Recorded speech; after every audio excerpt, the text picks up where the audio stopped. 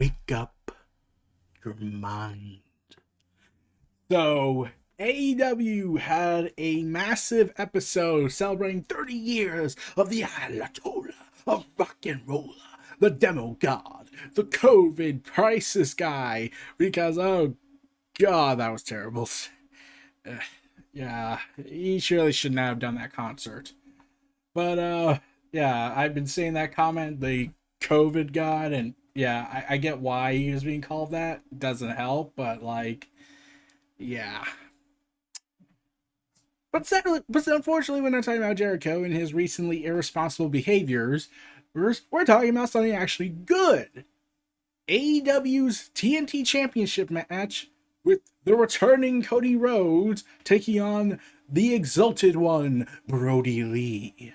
And this would be a first time ever dog collar match in AEW. And I was like, yes! Bring on the violence! And to help propel this matchup, they brought in Greg Valentine, who is an expert in dog collar matches.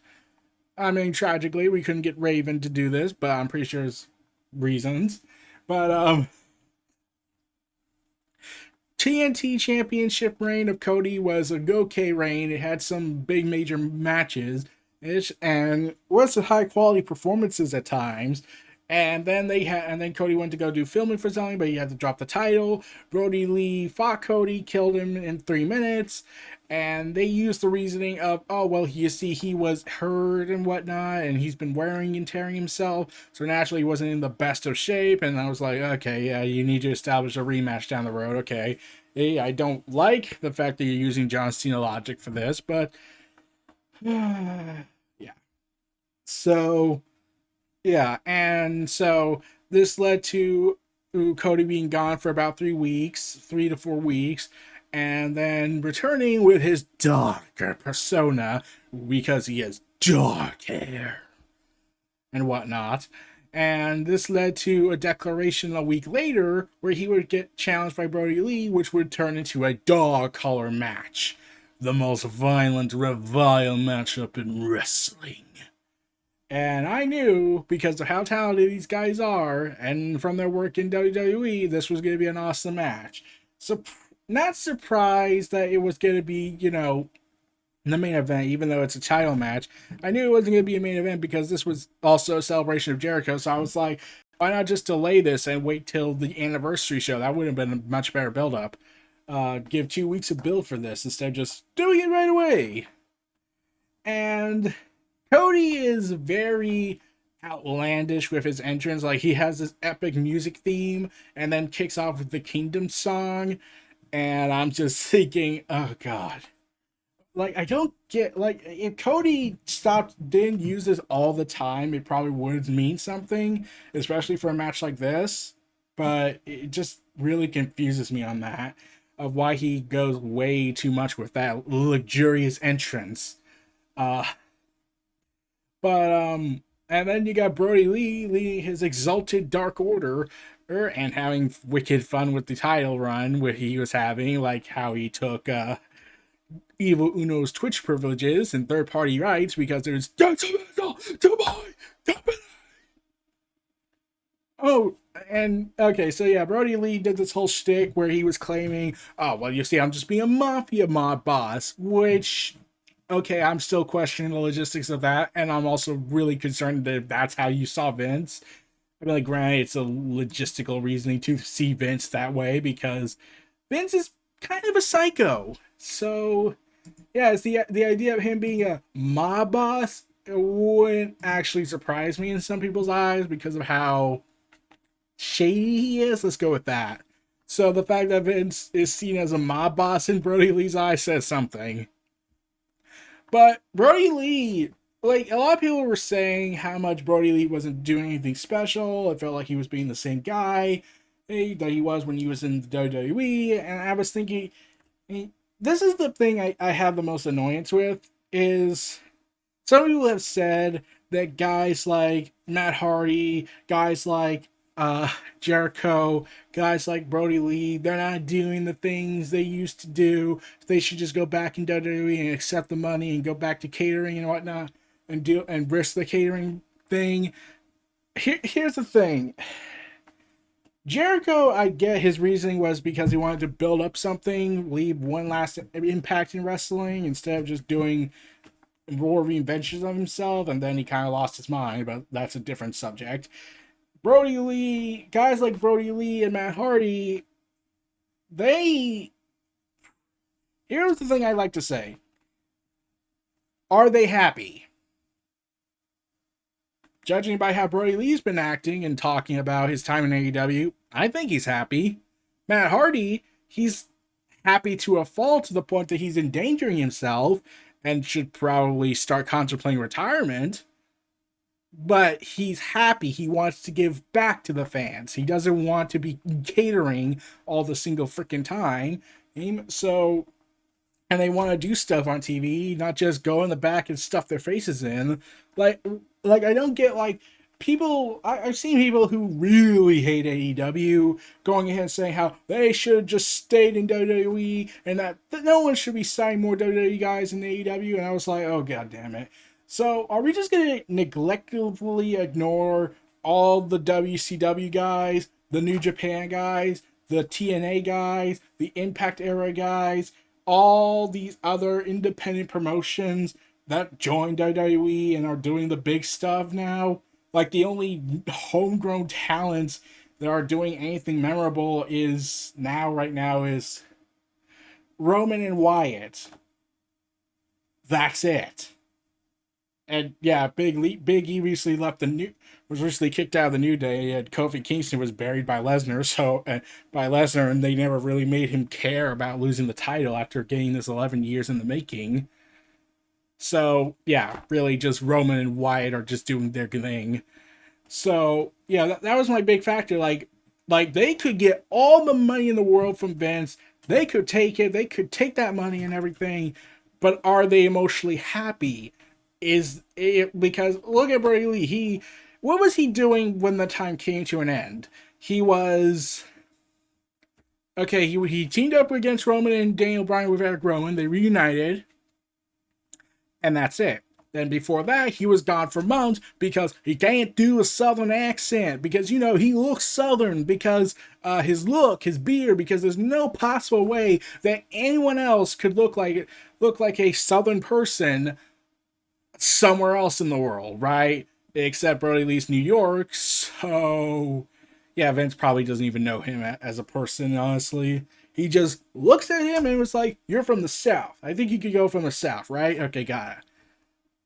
And like, it just annoys me. And Cody, he wanted to get out of Stardust, and WWE didn't want to give him that. Like, he even tried to come up with ideas to get him out of that. Heck, he even proposed, "Hey, let's do a split personality gimmick. I'm on one brand, and Stardust is on the other." WWE said no. They didn't want to hear from him because how dare you have good ideas. So yeah, so seeing these two do what they want to do more so than ever is fun. And yeah, and we get this dog collar match, and holy crap, it was bloodily intense. Like, I knew it was going to be bloody because, well, Cody, but the way they were showing the blood and the visuals is like, man, I miss those days. Like, granted, I get why he stopped with the bloodlust because of health reasons, then because they're a PG company now. But like, I kept arguing, like, I get the cutting part is risky, the blading they do, I get that, but I was like, there are other ways around doing blood in wrestling, like just use a blood capsule, just use effects, like they did with Roman and Triple H, and they probably should have done it for the WrestleMania match, but that's a different subject. But yeah, and Brodie Lee's just fun. He's just fun. He feels like he's having fun again in wrestling instead of just being miserable or stuff. But him having to be able to showcase what he's capable of, not just in the ring, but as a character, and these hilarious interactions he does with his followers of the Dark Order, and it's just hilarious. He's just fun. And I love the mafia attitude he's giving off, which I still say, hey, why do you think Vince is a mafia guy? like I'm not saying I disagree with that philosophy, but why do you think that? And here's the thing I love most. So look at this from one perspective. Cody Rhodes wrestled for weeks, doing open challenges, doing high stake matches with the title on the line. He tears himself apart, making him easy pickings for Brodie Lee. Brodie and Cody work a 20-minute matchup, and it's freaking awesome. Like, oh, I love how they made use with the chains and everything. And this gets royally sick at times, and he goes after Arn. Cody tries to nail him in the head with chains and starts trying to suffocate one another. And I was thinking like, oh, someone has to be hurt from this because there is no way, even if that chain was faked, it would the way they were tearing each other apart. Yeah, that was an awesome matchup. But when I was going with the comparisons, it took Cody, who was gone for nearly a month, get back into shape. Brodie Lee was fighting for weeks, defending the title as well, and it took 20 minutes. Oh, here's the thing. Cody launches a crossroads on him, and he doesn't even let the ref count to one. And I was like, oh, you're going to make Brodie look like a badass. And yeah, Brodie almost gets the